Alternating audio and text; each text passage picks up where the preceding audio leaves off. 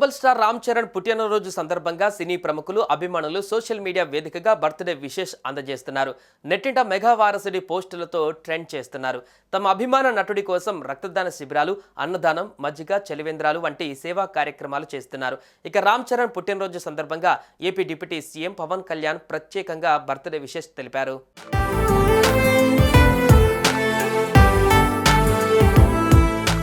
వెండితెరపై కథానాయకుడిగా తనదైన శైలిని ఆవిష్కరిస్తున్న రామ్ చరణ్ కు హృదయపూర్వక జన్మదిన శుభాకాంక్షలు తెలిపారు బాబాయ్ పవన్ కళ్యాణ్. రామ్ చరణ్ కి మరిన్ని విజయాలు, ఆనందోత్సవాలు ఇవ్వాలని భగవంతుణ్ణి ప్రార్థించారు.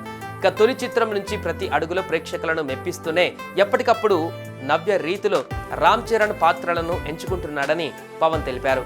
మరోవైపు రామ్ చరణ్ చేస్తున్న సేవా కార్యక్రమాలు ఆయనలోని సామాజిక బాధ్యతను తెలియజేస్తున్నాయన్నారు.